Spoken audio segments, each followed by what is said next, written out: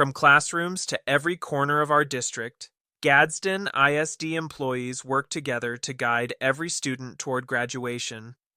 In 2024, Alta Vista Early College High School reached a 100% graduation rate, while Santa Teresa and Gadsden High Schools each celebrated rates of 89%. When students see their language and culture valued, and when families are empowered, graduation becomes a community milestone. Whether they're headed for college, career, or military service, students leave Gadsden ready for what's next. Graduation isn't the finish line, it's the launch pad. At Gadsden, our mission is to make sure every student walks across the stage prepared for what comes next. Whether that's college, career, or military service. That takes a lot of coordination, support, and belief in our students. And that's what we bring every day. One of the things we've worked hard to do is to make sure that each region of the district has CT offerings that reflect the needs and interests of that community. For example, up north, where agriculture is such a big part of our daily life, we've expanded our ag programs significantly. At Gadsden High School, we've added a greenhouse expansion, a flower shop run by students, and even brought in a science teacher with an ag background to help with the small animal sciences. In our southern schools, the need looks different, and we've prioritized pathways like biomedical science and Project Lead the Way engineering. Chaparral High is doing great work in media production thanks to staff like Mr. Gabaldon. Our more traditional CTE programs like welding, culinary arts, and automotive have flourished district-wide. Mr. Champagne at Santa Teresa High has built an incredible welding program.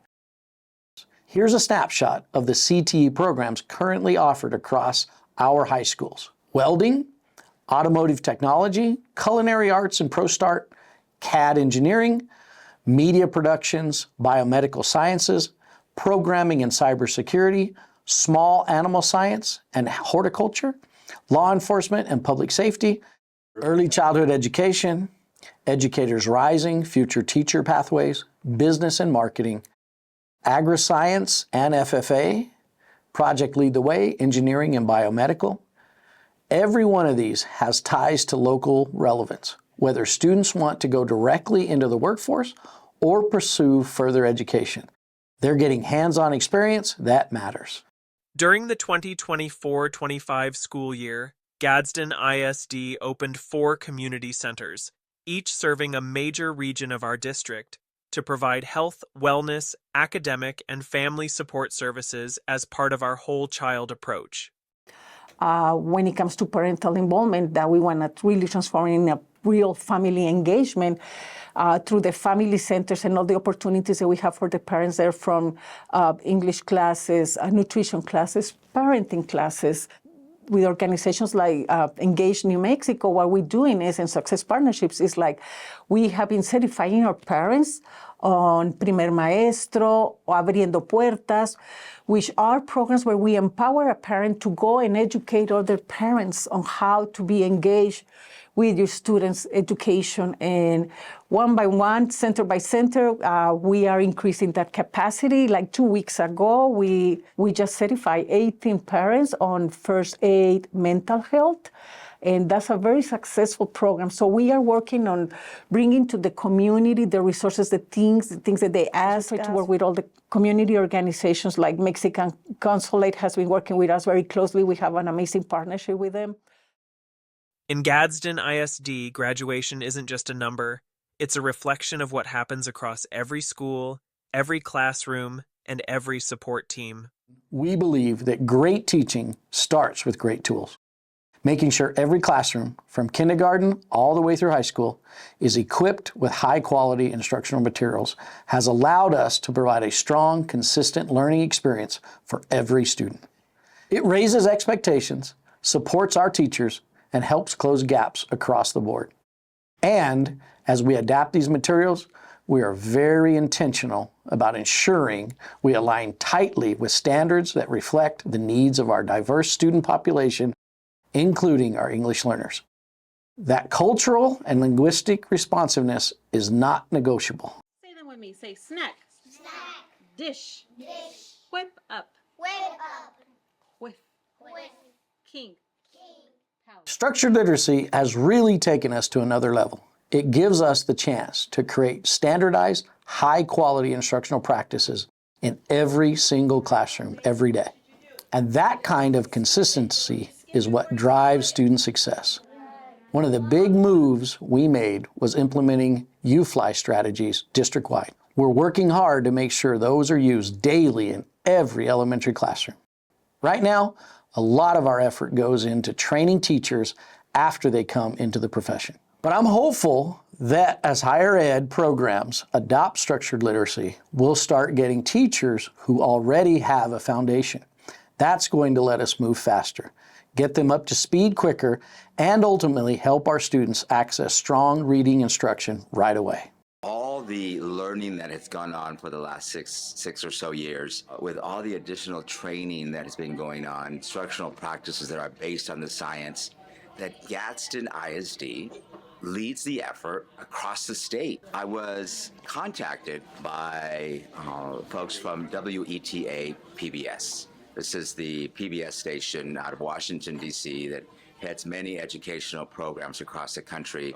I was asked, is there a district where we can go and film what does it look like to teach and have instruction that is based on the structures of literacy? I mean, immediately I thought about Gadsden, and the plus side to that has to do with the number of English learners that we have in this area. Because they're all facing that way, right? Yeah. When students see their language and culture valued, and when families are empowered, graduation becomes a community milestone. Whether they're headed for college, career, or military service, students leave Gadsden ready for what's next. I have goals as to becoming a psychologist. I want to specialize in kids and family, to be more specific. There's a lot of families here, we're close to the border in Mexico, and I know that it's very common for a lot of people to speak Spanish over here. So I know that being bilingual is going to help me communicate better with them and create a relationship. A lo mejor se van a quejar de que en un año van a estar haciendo tantas cosas por un sello bilingüe que les va a ayudar en el futuro. For us, language is a strength, period. We take an asset-based approach that values the language our students and families bring with them. Whether it's through dual language or transitional programs, our goal is to use that linguistic strength to accelerate academic growth, not to replace it, but to build on it. In our dual language programs, we want students to achieve a high level of academic Spanish while also becoming proficient in English. That ability to move confidently between languages sets them up for success, not just at school, but in life. Most of our students stay in the region, and being bilingual gives them a real advantage in business, education, healthcare, and beyond. It's a lifelong asset. And here in Gadsden, Spanish holds the same level of prestige as English, maybe more in our everyday experience. It's deeply embedded in the culture of our schools and our community. Many of our educators were born and raised here and have returned to serve their home communities, which creates a powerful cycle of representation, belonging, and academic achievement. One great example of this is our Educators Rising program, part of our CTE offerings, which helps identify future teachers while they're still in high school. We're nurturing that talent early so that they can come back, teach here, and continue the cycle of support and community building. From attendance to mental health, Gadsden's commitment to the whole child builds a pathway to success. I think one of my main responsibilities has been to really ensure that we are seeing the whole child more than anything. What do we do in our programs? We really have been handling ourselves believing that Maslow comes before Bloom. We cannot go and achieve these amazing academic goals that we have, all these academic dreams that we have for our kids, if we don't support the basic needs, which is where Maslow takes place. Chief Academic Officer and myself, we work together very closely because in order for her to achieve all the goals of having these higher thinking skills, these academic goals for our students and be extremely successful, which is what we want, we need to ensure that the kids are really covered in all the other areas of their lives. Strong academics are only possible when students are ready to learn, and that takes a whole system of support. Social-emotional learning has been a very important part of us. Try to change the culture of the schools, understanding that every kid is important and every one of them needs to know that we want them to be in classroom and we want them to be learning, and there's a teacher taking care of them and there's a teacher that cares for them. We align all the counselor services, the services they're providing. How are they supporting the schools when it comes to bullying, to SEL? How are the teachers addressing the social-emotional learning when they're working on their unit plans? At the high school and middle schools, we are implementing the program of the mental health therapist. We are so fortunate to have an amazing team of 6 people, highly certified, very specialized, this amazing team. They're helping our kids with the needs they have, anxiety, depression. So we also have wellness classrooms now in every middle school and then in every high school. And in those wellness classrooms, the students have a space where they can go, they can have a quiet moment, they can breathe, they can have a space to be. There's a safe space in every school right now so that students can be there and feel that they're safe, they're secure. From attendance to mental health, Gadsden's commitment to the whole child builds a pathway to success. With MLSS, our starting point has to be Tier 1 instruction. What's happening in every general ed classroom every day. That's where the foundation is built. If we don't push hard on Tier 1, we risk overwhelming Tier 2 and Tier 3 supports. What makes MLSS work is that it's everybody's responsibility. The intervention doesn't start with a form or a handoff. It starts with a classroom teacher. But the system has to support them. It has to include the counselor, the admin, the family. At the high school level, it becomes more important to have a system in place. And our counselors are central to that. They're not just academic advisors, they're part of a daily conversation with students. How are you doing? What do you need? Because if we don't catch a student early, especially in the 9th grade, it gets harder and harder to bring them back. The data is clear. If we can keep freshmen on track, graduation becomes a lot more attainable. As a district, and I know it's a challenge at the state and as a nation, it takes a village to raise a child, and that is so true. We cannot do that on our own, and we cannot leave this responsibility only to the administrator. So we're trying to provide all the support they need. We identify what are the barriers, what are the kids not coming to school, so we are trying to target that. What do we need to do to keep the kids engaged in the classrooms? We right now are operating with 3 food banks every month in the district. We are serving close to 400 families every month.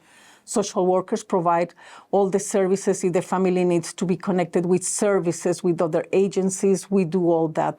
Our amazing staff there is really working all the time behind the scenes, that nobody knows all the amazing job, but they are every day doing home visits. They are assessing the needs of the families.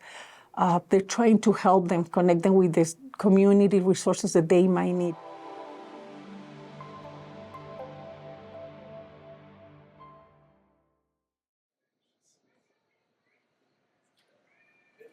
Okay, thank you. I appreciate you taking the time out. Let me just welcome you. Thank you for spending the morning with us. We do have some information for you. This will help jumpstart part of my conversation and let you have some additional information to share with you. As we close this year, we want to keep learning going and feel like we have some news to step. Buenos días, bienvenidos. Gracias por estar con nosotros aquí esta mañana. Y esta parte del video es para empezar desde la parte de la conversación que hemos tenido hoy, cómo ha sido el distrito reconocido con las tasas de graduación más altas que tenemos ahorita. Continuamos con esto. So, we want to present graduation. Gadsden, New Mexico, typically in graduation rates usually runs around 77, 78% in terms of graduation rates. Really proud of the fact that Gadsden is up in the high 80s. I've always wanted to hit that mark of 90, and I'm just, as a district, 1 percentage point off, which as a mathematician, I would argue I could round up, but I don't want to round up for kids. I want our kids to get every point of that. But Alta Vista, #1 graduation rate in the state by all categories. So what I want you to understand in categories, they break it down by ethnicity, they break it down by socio-economical, all those pieces. 100% graduation across the board. It's actually, in the state of New Mexico. It's the highest rated school in the Wow. state of New Mexico. Explicando el superintendente la importancia de las tasas de graduación. Las tasas de graduación, como se miden cada año, ¿verdad? Para el Estado es bien importante que igual para la nación. Y como se mide es por lo general el promedio de Nuevo México cada año, el promedio del Estado de Nuevo México, la tasa de graduación es el 77-78%. Todas nuestras escuelas están en el 79%, estamos casi en el 80%. En el 90%, estamos en el 89%, estamos casi en el 90% de graduación. Todas nuestras escuelas salieron, 3 de nuestras escuelas son de las 10 más altas en el estado y Altavista es la escuela número 1 en el estado de Nuevo México en tasa de graduación en todas las categorías, porque hay diferentes categorías que tienen tasa de graduación y Altavista es en todas las categorías es la escuela número 1 en todo el estado de Nuevo México.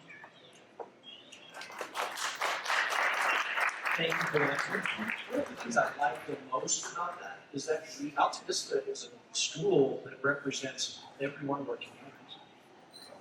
Kids from Chaparral, students from Gadsden High School, students from ST. So it's really beautiful to me to see that. I'm gonna also take another approach and talk a little bit about Desert Pride Academy.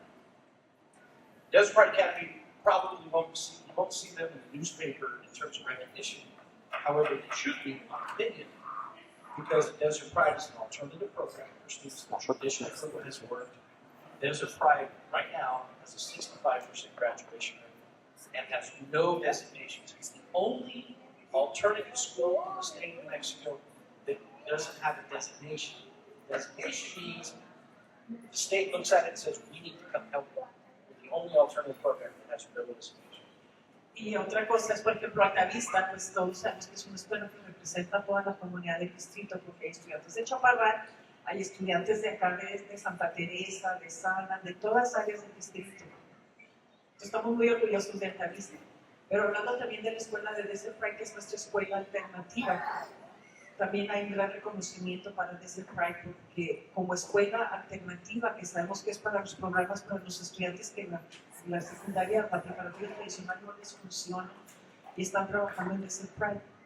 Tiene también la tasa de graduación más alta de escuelas alternativas en México, que es el 67%. Y además es la única escuela alternativa en el estado de Nuevo México que no está en designación. ¿Qué significa eso? Cuando las escuelas están en designación es porque el estado dice tenemos que ir a ayudar porque no hay suficiente, porque está muy bajo académicamente sobre todo, ¿no? O para los estudiantes que están aprendiendo inglés, o para los estudiantes de educación especial, o programas académicos. Quiere decir que Desert Pride no tiene ninguna designación porque es bilingüe, está mucho más arriba y es algo más que hay que reconocer que como escuela alternativa también nos representa muchísimo ahorita, que es la única escuela alternativa sin designación en el estado.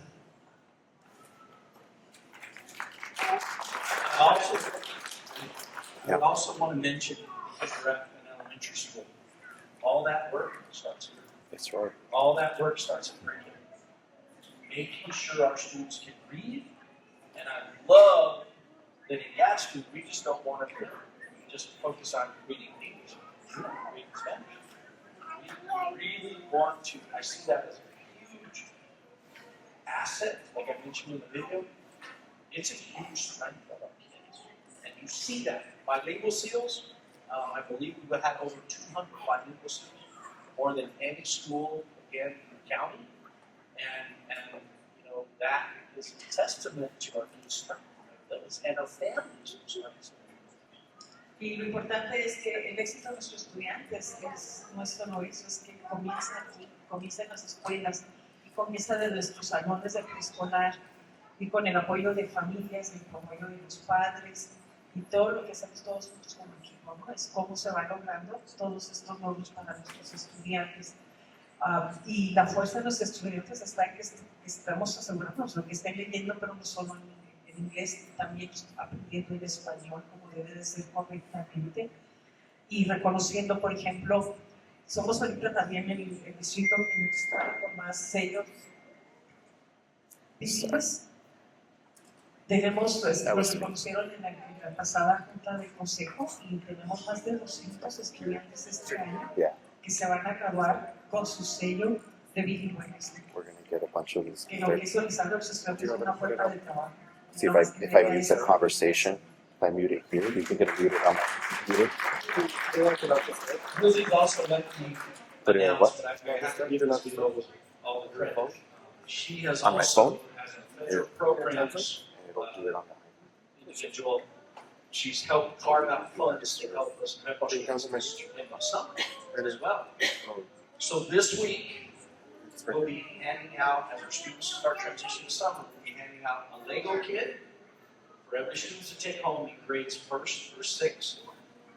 And then we have a different packet for all our kids. But don't forget, you have it on. This week we'll be handing those out. I get to hand them out tomorrow, I think, at Riverside, but all of our students across the district, every elementary student will receive that. Okay. Ok, otra cosa que vamos a hacer mañana, miércoles, todas las escuelas primarias van a recibir, todos nuestros niños antes de salir de vacaciones, van a recibir un Lego de Lego. Todos los niños de primero a sexto van a recibir un kit de Lego. Y los niños de kinder van a recibir un paquete que nos ayuda para que se preparen más con la lectoescritura en el verano. Entonces, les mandamos tarea a la casa para que jueguen con sus legos, porque acuérdense, estamos trabajando mucho en la ciencia, tecnología e ingeniería de nuestros niños. No es solo la lectura y la escritura. Tenemos que tener niños completos. Entonces, eso va para todos los niños mañana. Okay, back to school supplies. We also, we created something here that each year we try to help our families with their back to school supplies because it's expensive, right? And so what we're able to do next year is it's elementary students, all elementary students that will provide back to school supplies that we give them in their classroom. And then there'll be a little homework help with packet that I believe they'll get to take home. So they'll have supplies after school, and then we'll give them a little packet that they can take home. That'll be in August next year. Sí, entonces los útiles escolares, cada año tratamos lo más que podemos de podernos ayudar con el gasto de los útiles escolares, que sabemos que es mucho para las familias. El año que entra ya tenemos los útiles escolares para los niños de kinder a sexto año. Esos útiles los vamos a recibir, los van a tener las maestras en las escuelas, se los vamos a mandar a las maestras con todos los supplies de los niños para que ellos no tengan que cuantificarse. Cuando sea el resultado, les vamos a dar un paquete chiquito nomás de cosas poquitas para que tengan en la casa para hacer tareas. Esto. Y para los estudiantes de secundaria, para los middle schoolers, where we will have this only, los vamos a apoyar con cosas que necesitan, porque ya no necesitan tantos útiles más grandes, necesitan los electrónicos y todo eso. También compramos todo lo que son los audífonos, el mouse, todos los accesorios, lo van a tener ya en la escuela los estudiantes para que no les tengan que pedir nada a los de secundaria. So, middle schoolers,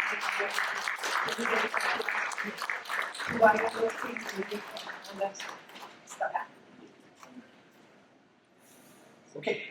I think I covered supplies. Thank you so much for spending your time. We definitely have some additional information.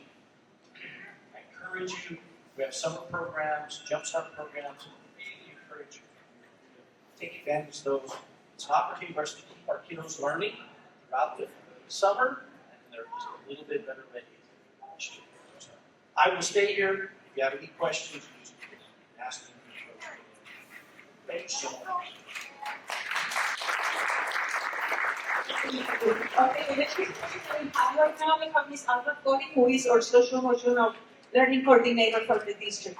And she's going to share with you what we mean by SEO. Va a compartir con ustedes qué hablamos cuando hablamos de la educación socioemocional, porque es importante y qué es. Aquí tenemos a Ms. Cody. Good morning. Thank you for allowing us to be here with you this morning. So, as Ms. Villalobos indicated, I'm so happy to be able to support the social emotional learning for our students, for your children in our district. Social emotional learning, let me just ask, how many of you have heard of SEL, or social emotional learning? A few of you. Okay, and that's good. A ver, ¿cuántos han oído de SEL o educación socioemocional? Yes. ¿Han escuchado? ¿Están familiarizados?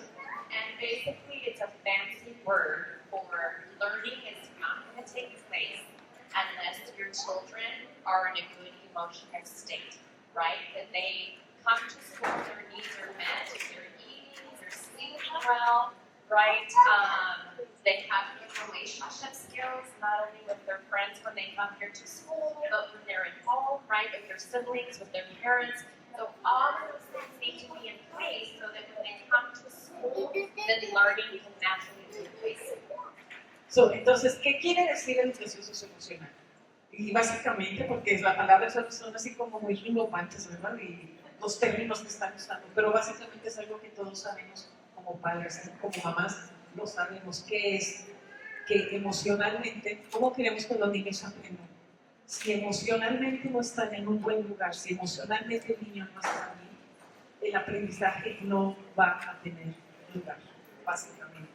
Y eso es como cuidamos esas emociones, que se sientan bien con ellos mismos. Okay, so I have a quick slide presentation. Ms. Rosie is so graciously going to translate for me. But these are just some things, not only this summer, but just in general. I was an elementary teacher. I taught second grade.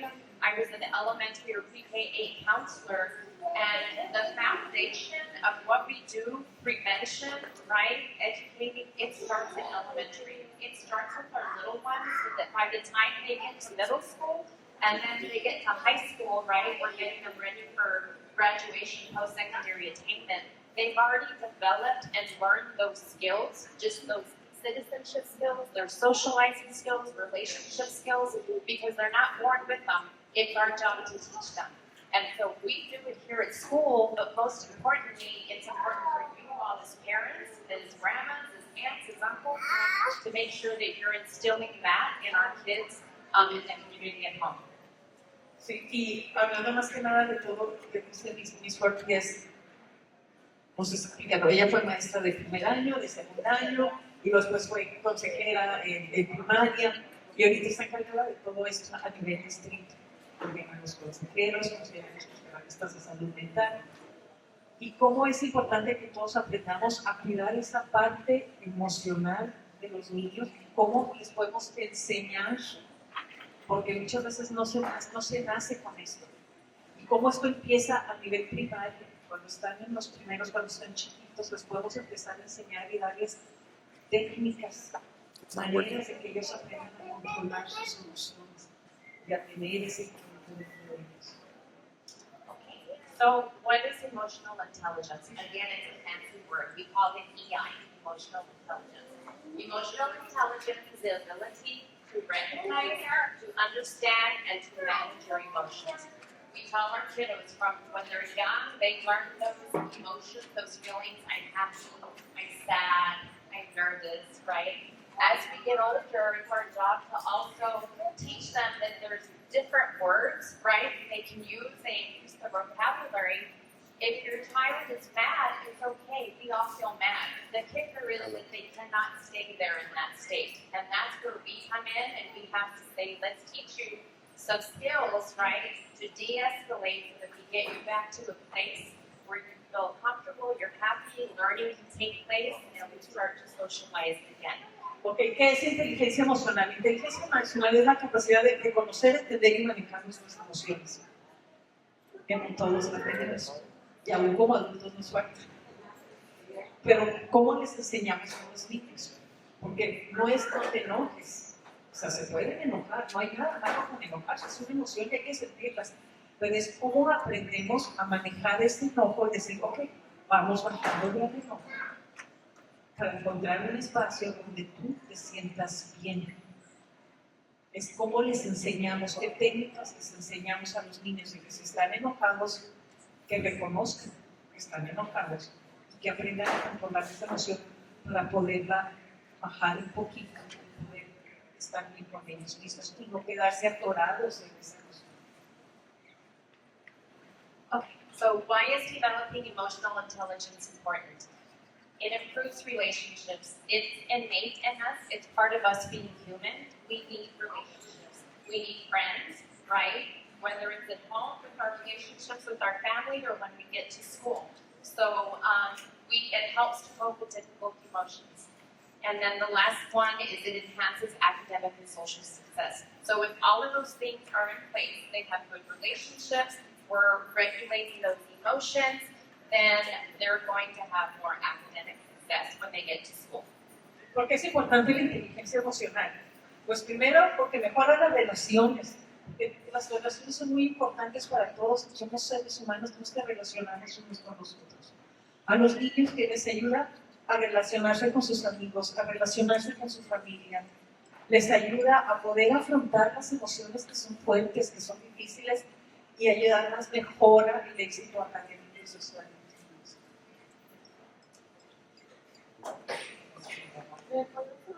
Yeah. Sí. Cuando vemos que tu hijo viene no molesto, pero está Pongan el micrófono. ¿por qué estás molesto? No tengo nada. No, ¿por qué estás Que lo digan en Okay, what she's asking us is like happens, for example, and we're going to have here the counselors also, we're going to do a presentation. So I'm going to leave the questions a little bit to the end. Vamos a preguntas un poquito ahorita porque tiene consejeros maravillosos, todo un equipo que van a poder contestar todas estas preguntas. Because she has a question. When you have the kid and the kid is upset and then you're asking the kid, what do you have? What's wrong with you? And they don't answer. They don't answer anything. What do we do? And I'll tell you, we have Miss Forti, and then we're going to have the counselors. So why don't we do all those questions to the counselors so that we can have advice at the end? See? Thank you. Okay. Okay, we also have to develop their self-awareness. Before we can even begin to worry about other people, we have to worry about ourselves and be aware of our own self-awareness. That we're teaching our children to recognize their emotions. What does it mean to be happy? What does it mean to feel nervous? What do all of these feelings? Because to answer your question, we have to teach them they don't know why they're feeling these things, right? It's part of that learning, and we have to give them experiences and make those connections with I'm feeling sad because why? And let's talk about it, right? Otherwise, they're not going to get it. We have to ask questions like, what are you feeling? Talk to your children. You know, I remember it's changed a lot. I remember my mom used to call me Mustia all the time. To this day, I don't even know what Mustia means. But anyways, you have to have those conversations and don't get mad right away. Step back when you're ready to have those conversations. Then say, let's talk. Tell me what you're feeling. Why are you feeling that? And let's attach that to an experience or whatever happened, and let's make sense of it. Help your child notice physical changes when they're experiencing emotions. Okay? Maybe they're mustia, they don't want to talk, but then you have those who are going to start acting out. They're going to start shouting back. Maybe they're going to get angry and they feel like they need to throw something. So we need to step back and really talk about those physical changes that are happening. But what are some other options that we can do so it doesn't escalate to a point where it really gets out of hand? Ok, otra cosa es importante poder desarrollar la autoconciencia. ¿Qué tanto reflexionamos sobre nuestras propias conductas? ¿Cómo se las enseñamos a nuestros niños que aprenden a reflexionar sobre su propia conducta, sobre cómo ellos se están comportando, ¿verdad? Entonces es muy importante enseñarles a que reconozcan sus reacciones emocionales, que sientan, que identifiquen lo que están sintiendo, pero hacerles preguntas como ¿qué sientes? ¿Por qué crees eso? O sea, ayudarlos a que se confronten con ellos mismos, con lo que están sintiendo y ayudarlos a que noten sus cambios físicos, porque tienen muchos cambios físicos y cómo experimentan las emociones y cuando experimentan emociones sienten cambios físicos. Ayudarlos a que reconozcan que ese sentimiento es bien importante. Managing emotions, it's called self-control, right? Even as adults. I'll give you an example. If we're driving and we're behind somebody who's going really slow or they're curving in, we have a choice. We always have a choice. I'm either going to go up right behind that car and I'm going to start cursing or honking or doing whatever, or I'm going to step back and maybe make a better choice. We have control of ourselves. We have no control over other people. Another choice would be for me to move over and just keep going. So with our kids, we have to always make sure that they know they have to be in self-control. They have that option. What are those techniques? What is breathing? So I want you to enlighten me for just a few seconds. I want you to sit up. Okay, se van a sentar así. A ver si ese talento tipo de chicos, así los quieren, porque estamos hablando de manejar las emociones. Yes. I want you to close your eyes, cierren los ojos. A ver, cierren los ojos. And I'm gonna I wasn't sure. I'm like, wait a minute. Oh my God. and then you're Pues ya going to valimos out through your mouth madre. 3 times. Vamos a ver 3 veces una respiración. Inhalamos contando 1, 2, 3. Y exhalamos en 3 por la boca. Okay, so here we go. In through your Inhalamos. nose. 1, 1, 2, 3. Out through your mouth. 1, 2, 3. Again, in through your nose. inhalamos, 3. Out through your mouth. 2, exhalamos. 3. One more time, in through your Una vez nose. más. Out through your mouth. As adults, we tell the kids, just popcorn them out. Just tell me, just shout out. What did you feel? What did you feel? Anybody? A ver cómo se sintió. Relax. Se relajaron, ¿verdad? What else? ¿Cómo se sintieron con 3 respiraciones? A ver.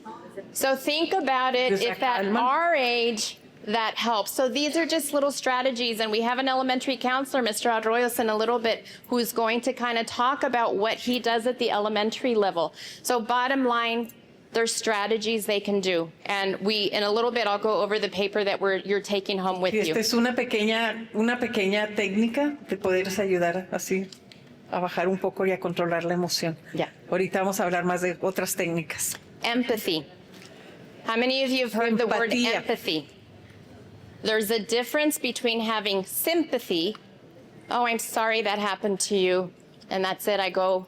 But to have empathy is to walk in that person's shoes and actually feel what they are going through.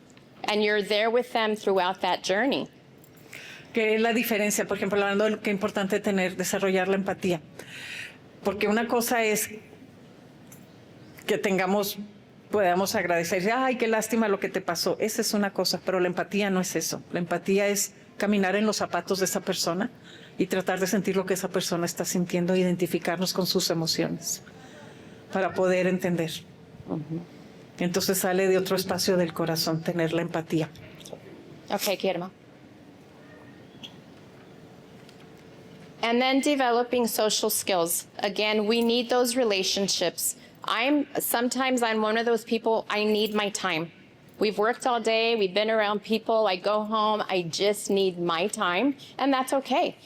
But we have to make sure that we are embedding these social skills, that our kids are playing together, they're practicing together, they're listening to one another. When I taught 2nd grade, I used to say there's a difference between hearing, I can hear the air conditioner, I can hear the airplane, but to listen is a skill. And we have to teach our kids that. What does it mean to listen? What does it look like? What does it sound like? What does it feel like when you're listening to somebody else? That you're communicating politely. There's a way to do it. And that we're teaching our children to support others when they're going through difficult situations. And then, of course, that conflict resolution. How do we come back to a happy medium? It's okay to agree to disagree, but we have to be respectful and we continue to move forward. Otra cosa es desarrollando las habilidades sociales y cómo les enseñamos a nuestros estudiantes, a nuestros niños, ¿verdad? Porque hay momentos que todos necesitamos tener solos y nuestro espacio, pero también hay que ayudarles a desarrollar esa capacidad de jugar juntos, de estar con otros niños, de escuchar, porque una cosa es oír. Oímos muchas cosas. Escuchar es diferente. Escuchar es cuando ponemos atención y aprendemos a comunicarnos y a entender lo que la otra persona nos está diciendo. Entonces, ¿cómo los enseñamos a conectar con eso y a que aprendan a escuchar? So supporting emotional intelligence, just some tips for parents. Be an example in expressing and managing emotions. You are the first teacher to your children, not us at the schools. You are. What are you modeling for your children? In the voice that you use, the tone, your actions, your movements, how you communicate with people. Because what they see you doing at home, guess what they're coming to school to do? They're doing the same thing. So be a good role model for your children. Encourage those open discussions, talk about their feelings and their experiences.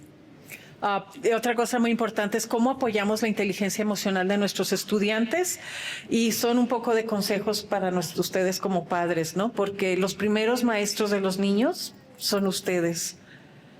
No somos nosotros en la escuela, son ustedes en la casa, los que les enseñan y les enseñan con el ejemplo. Lo que los niños aprenden en la casa vienen y lo hacen en la escuela.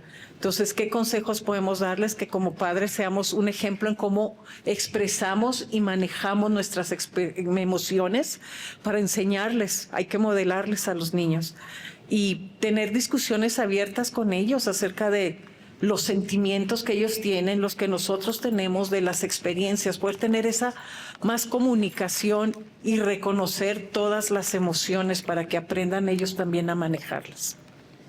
Okay, I just want to give you some take-home things. How can you help your children? So label the emotions. We've given you, it's in English and in Spanish. This is one example. There's so much on the internet. Emotional literacy, using feeling faces. Have those parts. So on the second page, and they're in English and in Spanish. Entonces, esos son los papeles que les dieron ahorita, si los pueden empezar a ver. Ese es un ejemplo de cómo ayudarles a nuestros hijos a manejar las emociones. So we're extending the vocabulary here, plus the picture. Remember at elementary, Por ejemplo, vienen las fotos y pueden ver la emoción. they need to see the picture and then also identify the word that goes with it. So sad, triste, safe, right? Seguro, satisfied. So we're going beyond happy, sad, right? Inseguro.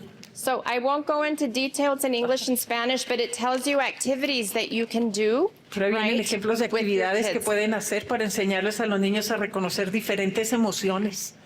Viene todo en inglés y en español y vienen sitios de página de internet que les pueden ayudar a conseguir mayor información en cómo ayudar. Son tips muy buenos para ayudarnos a manejar emociones y poderlas reconocer con nuestros niños y enseñarles a reconocer sus emociones. Stories and books. Teachers do it a lot here at school. They go over the characters. How are they feeling? What are we doing? Continue to support that at home. Emotion check-ins. Ask your kids, how are you feeling? How are you feeling today? Don't ask them, did you like school?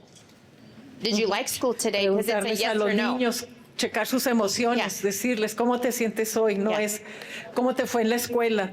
Ask them, what was the best part of today? Get feedback from them. Okay, and I think you can go on to the next one. And I think that's it. The key to success is that emotional intelligence, help your children become more confident and happy. They have to be confident, happy, in a good place, that they're eating, they're sleeping well, all of those needs, so that learning can take place when they come to school. Sí, y el éxito, la clave del éxito es que estén bien emocionalmente, ayudarlos, ¿verdad?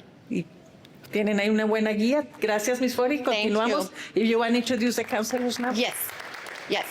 So I'm super excited. We have 35 counselors in our district. Each elementary school, 14 counselors, one at each elementary school. I'm super excited. This year, we have a new school counseling specialist. She was the lead counselor at Gadsden High School, and I'm so happy to have Miss Mary Lou Mendoza on our team now at district to help support this process. So I'm going to introduce Miss Mary Lou, and she's going to introduce our counselors that are here to help her. Aquí tenemos, ahora tenemos a continuación los consejeros. En el distrito tenemos 35 consejeros.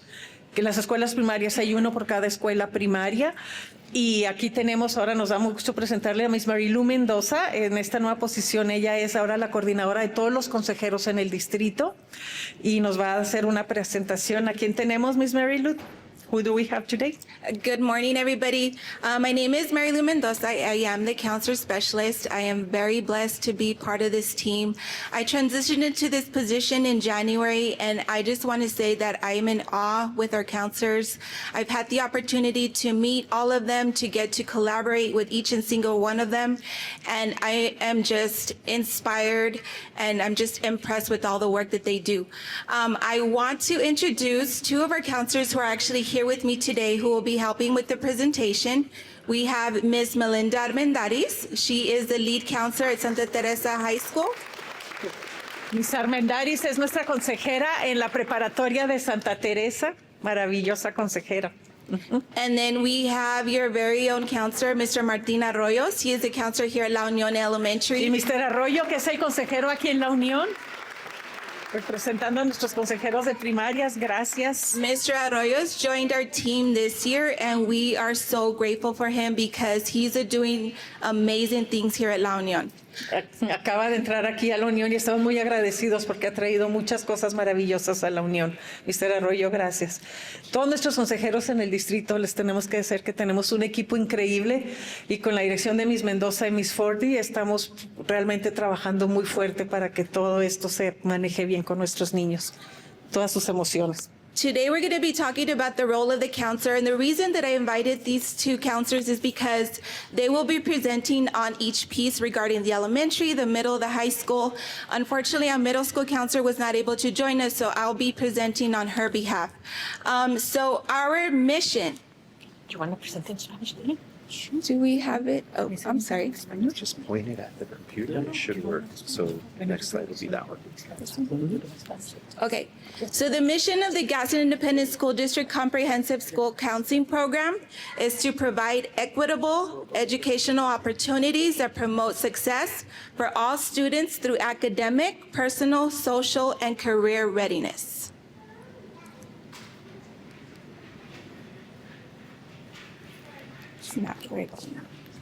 La misión que tenemos aquí en el distrito escolar es para proveer un programa que está junto con para que el estudiante esté emocionalmente listo para poder aprender. Thank you, Ms. Almendarez. That would have been hard for me to translate. ¿Eso no sirve? It's not working. The next slide is not working. It's not working. Okay, so this is our team.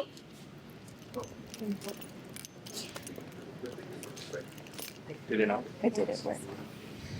This is our team. Computer, get a little closer, and it'll work. It's that. Maybe not. Okay, I'm gonna stay. Esta foto muestra a todos los consejeros que están aquí en el distrito, los 35 que habemos. It's okay. Ahí dispensen, estamos teniendo poquitos problemas con el clicker. Sorry. If I stand here, can I click? Yes. Okay, so this is our team. This picture was taken during our National School Counseling Week, and as you can see, we have our district lead counselor, Ms. Forti, she just presented. Myself, we have our secondary CTE district counselor, Ms. Jen Park. 14 elementary counselors, 6 middle school counselors, and then 15 high school counselors. We're very proud of this team. They're highly educated individuals who are certified in school counseling, and they are they're just amazing. I can't say enough about these counselors. What they do is they create safe and supportive environments for our students to help them succeed. And you heard earlier, Mr. Dempsey talked about the graduation rate. That has, some of it has to do with the counselors and the work that they put in with the students. So we're very proud of that. And so. Sí, otra vez ella está platicando sobre la foto que teníamos y está platicando sobre todos los consejeros que hay en el distrito, desde la escuela primaria hasta la high school, consejeros. Y todos estamos certificados para poder trabajar con los estudiantes. It's also important to note that the counselors have an open door policy, meaning that if your child needs to see a counselor, they're more than welcome to come in and speak with the counselor at any time. También les queremos decir que tenemos la póliza de la puerta abierta, como si se pudiera decir así, que estamos disponibles para cualquier estudiante que necesite hablar con nosotros a cualquier momento. Okay, so our comprehensive school counseling program is designed to meet the social, emotional, and academic career readiness of the students. How we implement this is that we follow the 4 components of the ASCA model. It is a guidance curriculum, responsive services, individual planning, and the system support. I won't go into detail with this because this is why we invited our counselors. They will be talking about the pieces in regards to the 4 components. Y la presentación que teníamos ahorita he estado más, describe un poco de las 4 componentes que hacemos como consejeros de una escuela.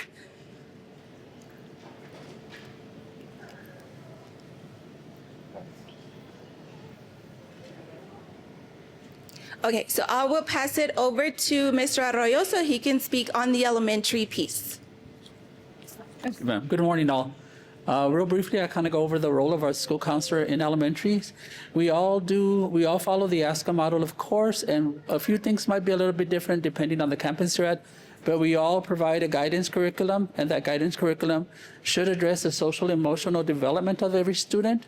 It should also address self-awareness, emotional regulations, career exploration, and I must applaud Gadsden because this is the first elementary I've ever worked at, and I've been around for a while, that provides a career exploration program, which is Zello.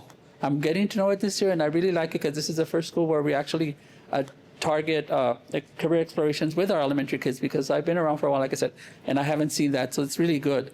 We also address peer relationship, conflict resolution. We have our bullying and drug awareness presentations and other things that we address as part of the guidance curriculum that we use.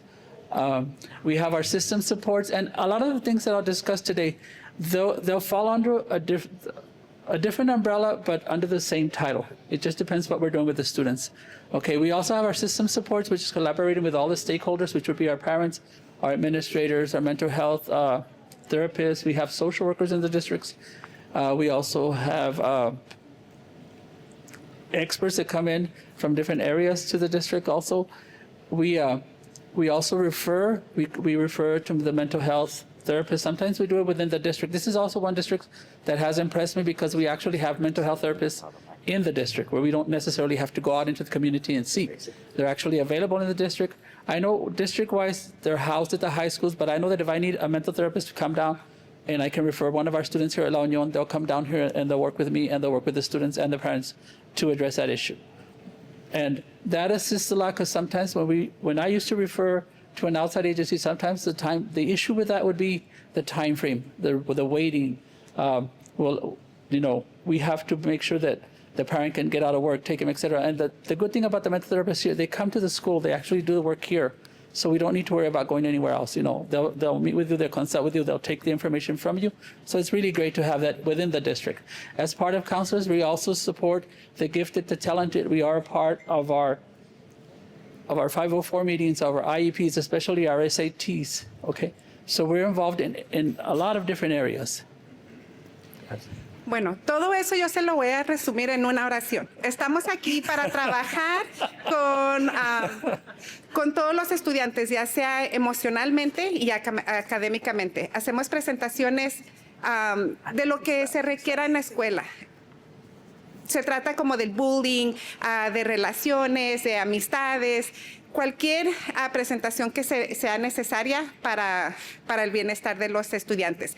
También trabajamos muy acerca con los terapistas mentales. Ellos más bien están en las escuelas, en las high schools, pero si les hablan, ellos luego pueden venir para acá. También trabajamos con las trabajadoras sociales del distrito. Es una comunidad que trabajamos todos en unidad para el bienestar del estudiante.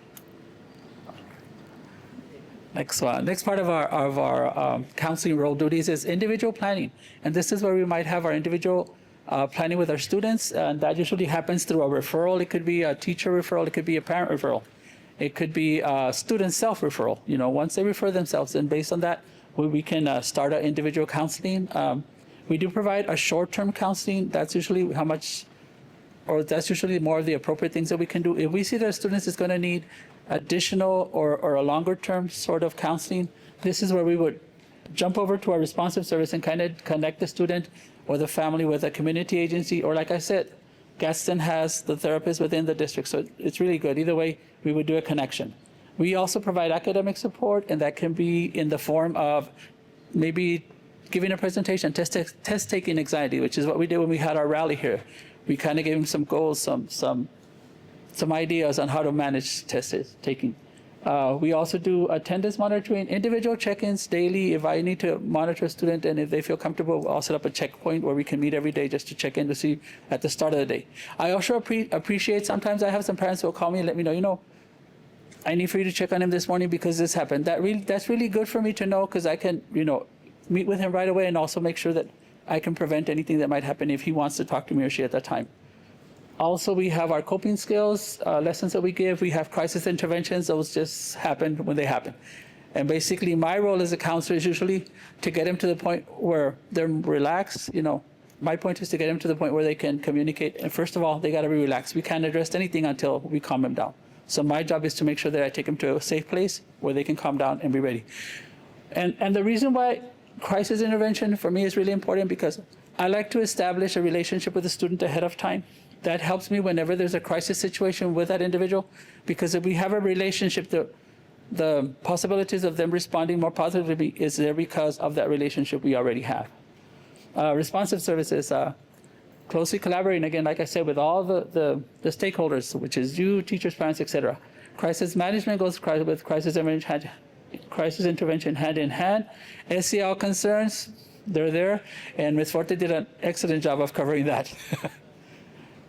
Connecting students with appropriate referrals. Sometimes we need to refer to, like I said, mental health, but we also do referrals to the community, let's say food bank, let's say Project Bravo, let's say something that, depending as to what the family needs, we're there for all that. Attendance concerns, I am a part of the attendance committee also, and that helps me because I can also address issues with the students and basically with the parents sometimes, as needed. To see, our goal is not to see why they're not here, is how can we help you because they're not here? Do you need anything from us to help you, to help the student? Sorry.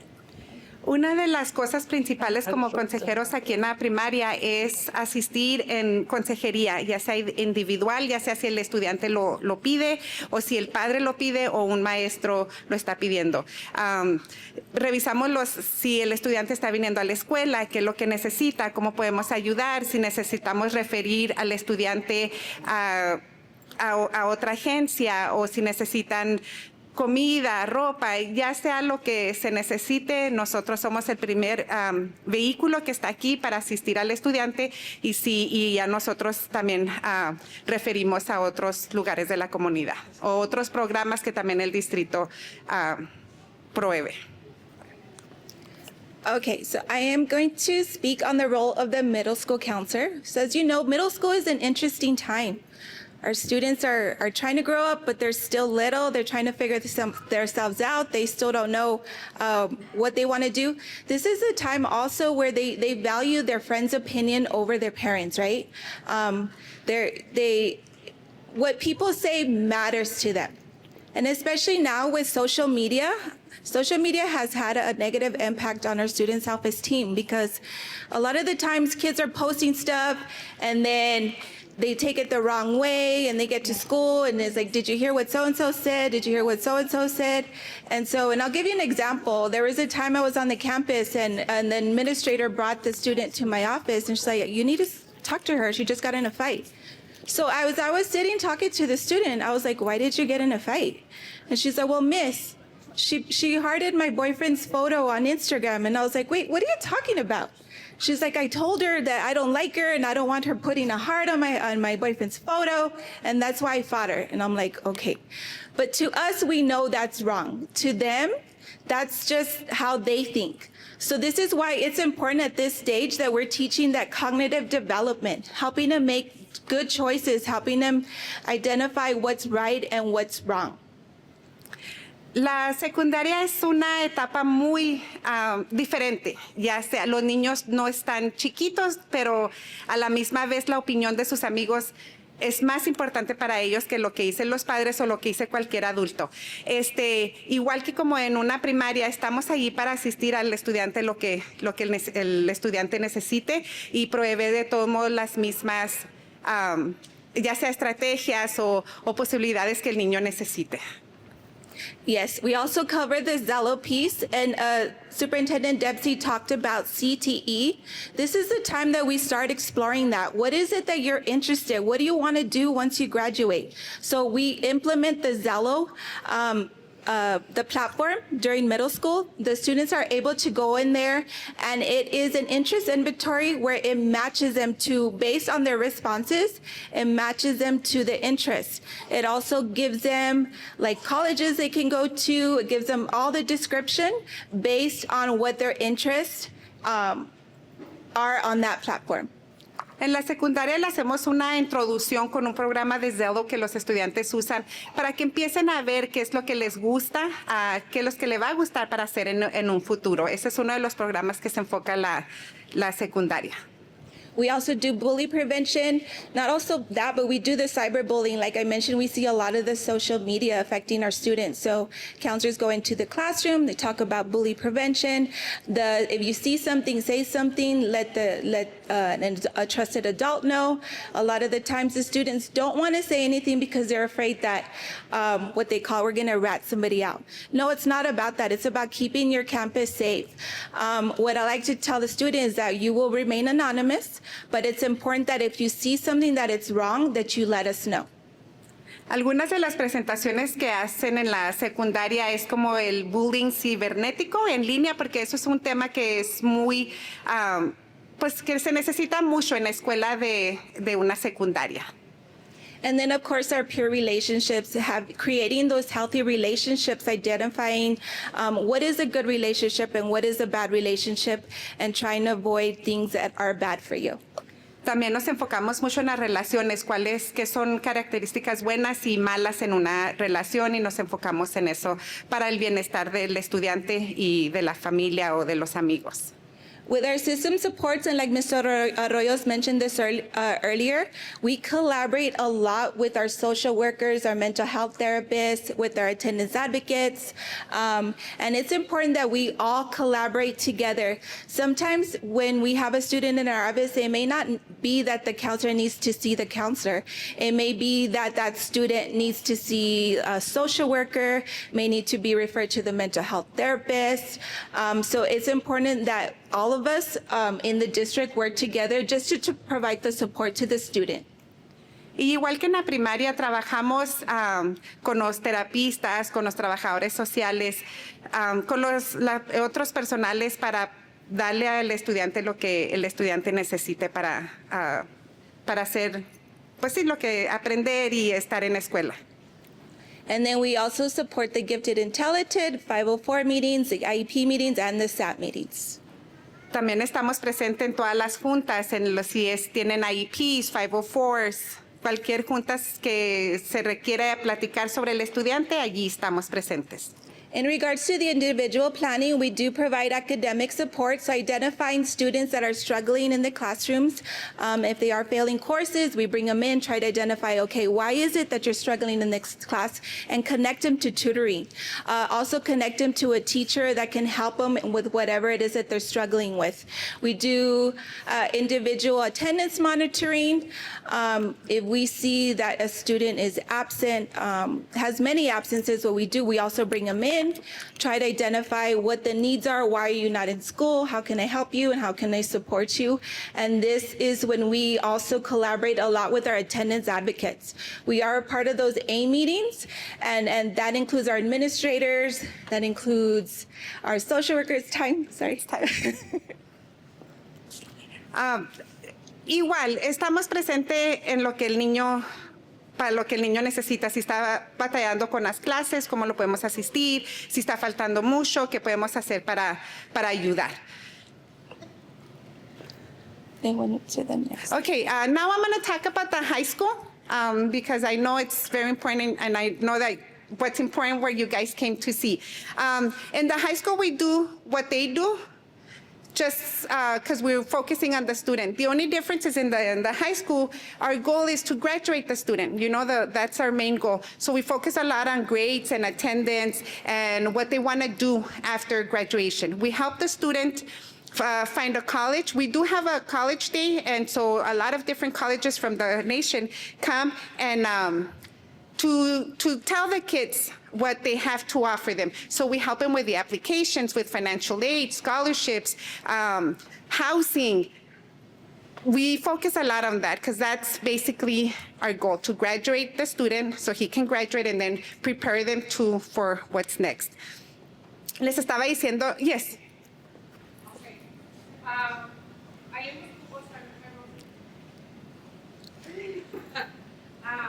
one of my students from high school is about to graduate, and I asked him what's next for you, and he said, I don't know. I want to go to school, college, but I don't have money. I said, you didn't graduate for financial aid or scholarship?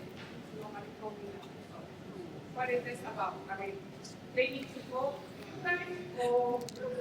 Yes, and it's not too late. Just to let you know, it's not too late to apply to FAFSA. It's not too late to apply to college. If your child is still interested in going to college, have them come in to see the counselor. Like I mentioned earlier, we have an open door policy. They're more than welcome to come see the counselor, and we can sit down and help them with the application process.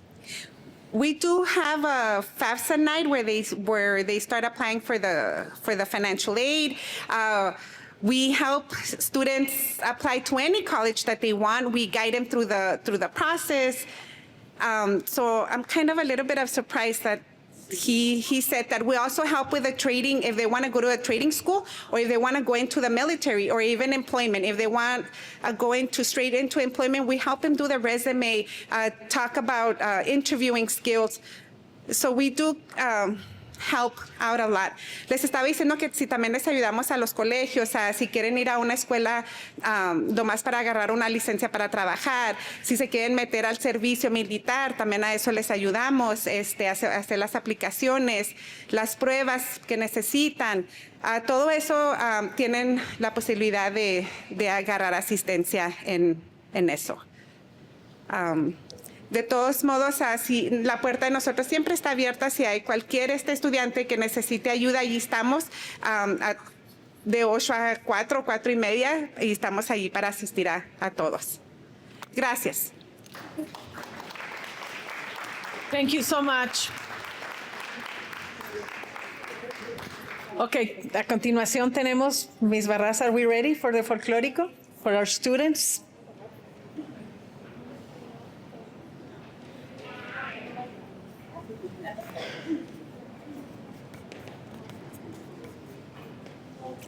So let's have our students do the Folklorico dance now. Are we ready? Han estado practicando toda la mañana. Los que llegamos temprano nos vimos practicando bien bonitos. Así que let's get ready, be very enthusiastic, so that we can see our awesome students doing Folklorico presentation. Los recibimos con un aplauso bien grande, ¿eh? Porque se esforzaron mucho, estuvieron practicando mucho, bien bonitos para esta presentación.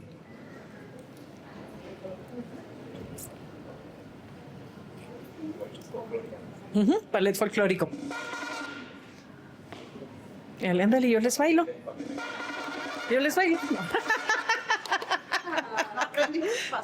No aprendí los pasos. Que vengan los chiquitos y los aprendimos así, un aplauso bien fuerte porque practicar. They're not ready? The community? Okay, then let's come back. The community was not here. Okay, mientras que llegan nuestros niños. While we wait for our kids to come, while they're getting ready to be and do a great performance for us, we have something very important to do. We have a very important recognition. And it's to our parents. They have always been here supporting, and they go to every coffee with the superintendent. Hay un reconocimiento a todos nuestros papás que toda la vida están aquí apoyándonos y queremos reconocerlos. So, Mr. Dempsey, you want to join me there? While we wait for the kids? Okay, Jen. Let's start right now. Like right now. There you go. What do you want me to do? The name. Okay. Do I just call their names or we got just Folklorico, yeah? Yes. Vamos a Hello. Vamos a dar reconocimientos a los padres que han asistido a las clases. Marta Montelongo. Miss Marta Montelongo. Sí.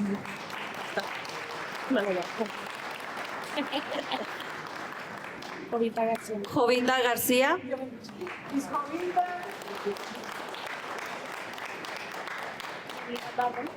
Trinidad Barrón.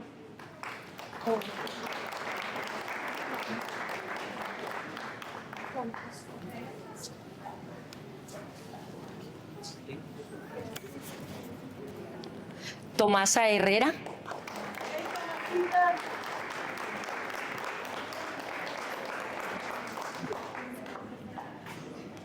Maritza Guajardo.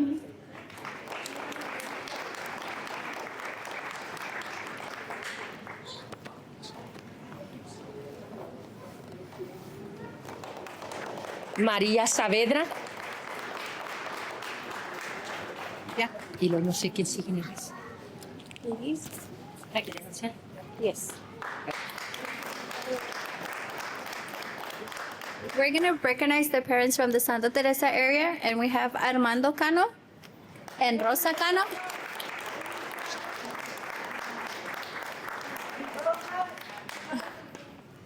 Hang on.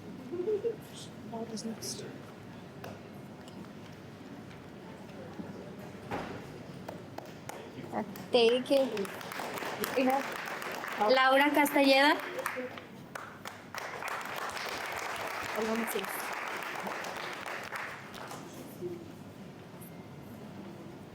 And Olga Macías.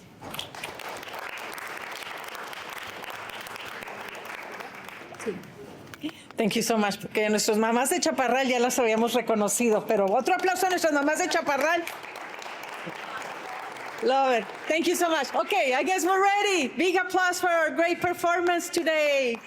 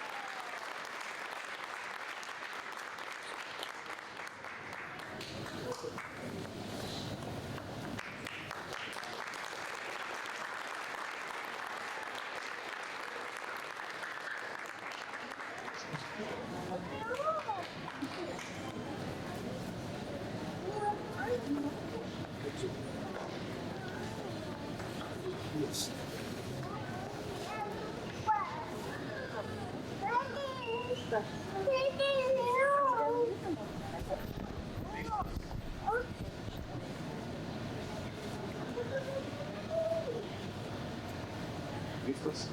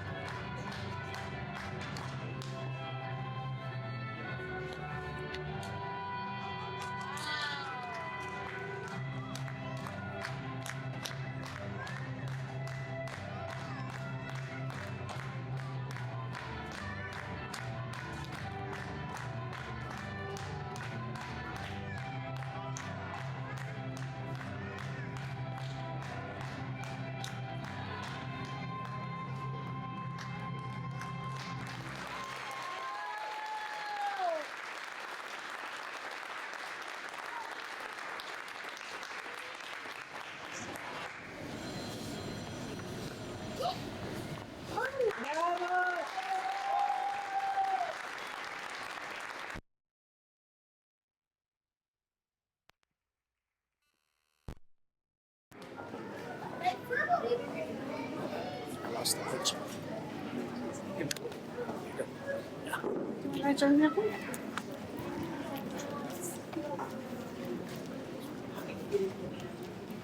Yes.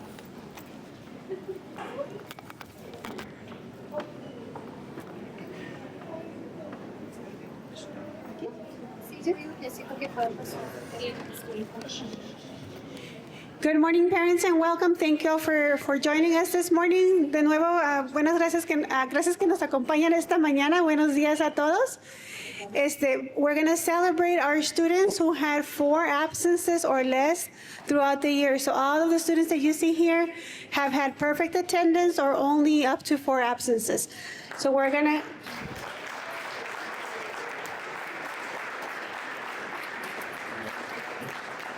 Esta mañana celebramos a los estudiantes que tuvieron menos de 4 faltas durante el año. Faltaron de 0 a 4 días. So tenemos un total de 79 niños que cumplieron con su asistencia. We were one of the top schools for attendance, so thank you parents for that.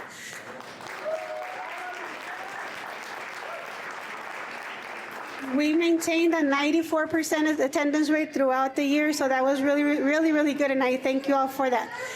Este año mantuvimos una porcentaje de asistencia de 94%. Cada mes estábamos checando y verificando. So tenemos 79 niños que vamos a reconocer esta mañana. And we're going to start with Liam López.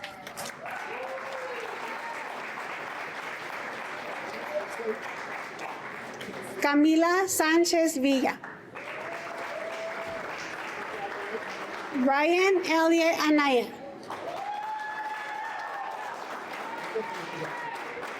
Santiago Alonso Díaz.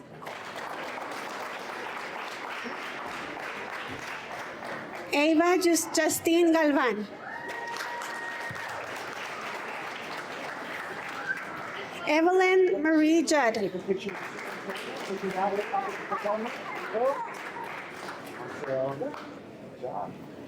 John David Keaton. Daniel Almaraz. Carely Alessandra Frescas. Sadie Lilith Hernandez. Angel Sustaita. Mia Isabella Anaya. Irene Isabel Cordero. Leah Mia de Santiago. Leah Mia de Santiago. Kennedy Lauren Ferreter. Aiden Victor Frankie. Jacob Emmanuel Galvan. Iker David Jauregui. Maximiliano Mora. Carisma Juliet Reese.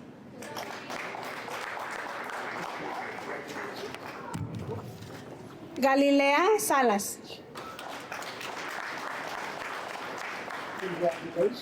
Bradley Eleazar Victoriano. Victoria Chavez. We're going to take a picture of you with the superintendent, okay, Cody? Show your certificate off. Looking right up there. Amy Mariel de Santiago. Ariadne Annalie Franco. Alia Isis Gomez. Alondra Sofía Muñoz.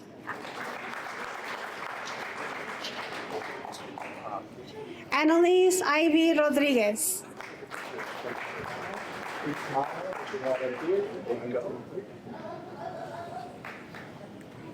Penelope Yaisa Ceballos.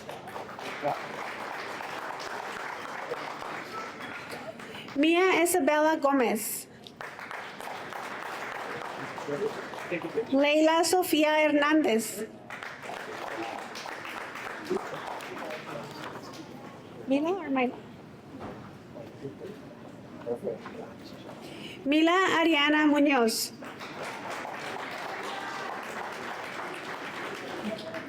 Serenity Neve Ray Nicholas.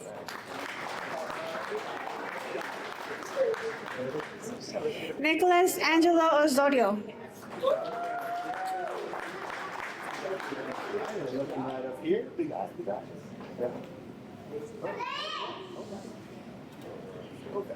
Jails.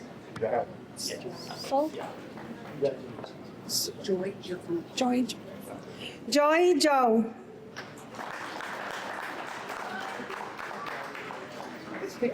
Luciano Freddy.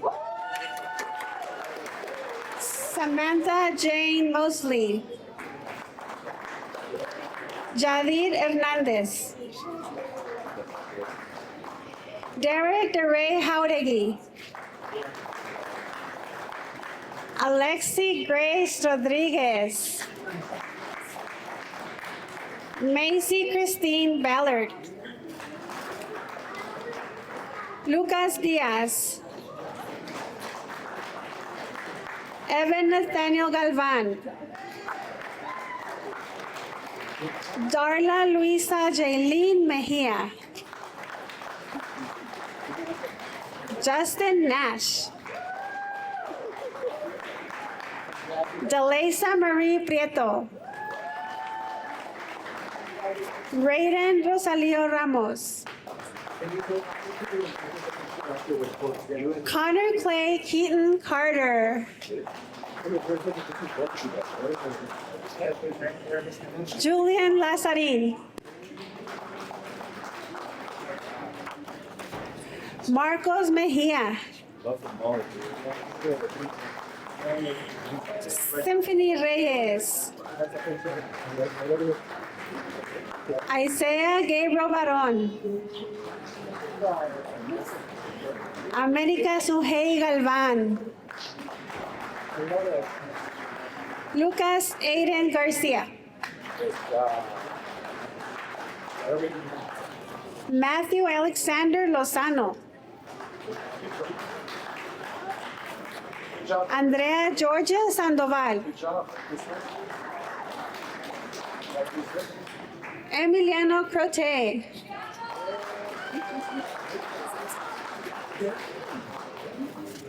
Arturo Israel Sosa.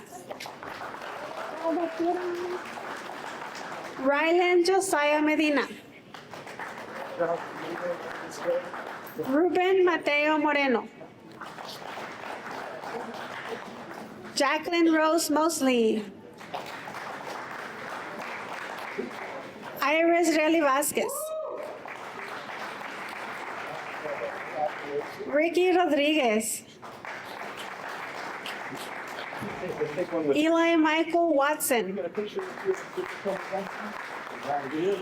Mary Jane Lynn Nelson.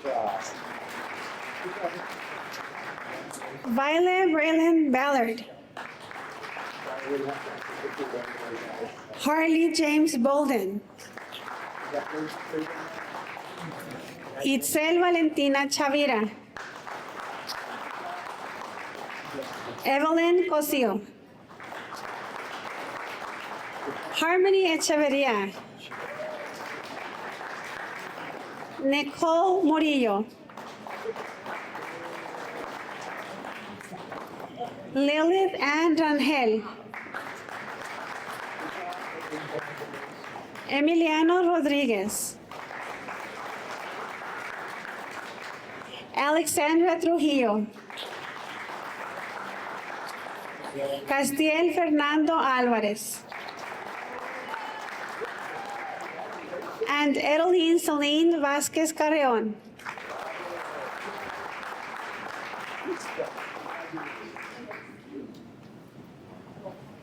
So again, thank you parents for joining us this morning. Thank you, Mr. Dempsey, for coming out to celebrate our attendance and to visit our community. It's a pleasure to have you here. Thank you all who joined us from Central Office and from the other campuses.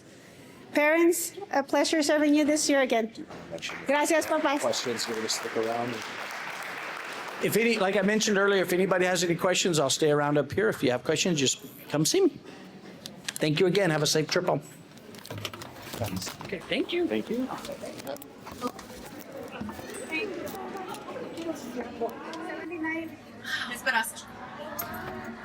Did you get it? It fell inside the box. We'll have to get Miss Ramirez to open it. I think it's locked. Oh no! It fell in here. I just found it. Here we go. Thank you. Miss Pasa. I got it. Oh, thank you. Everything's just frozen.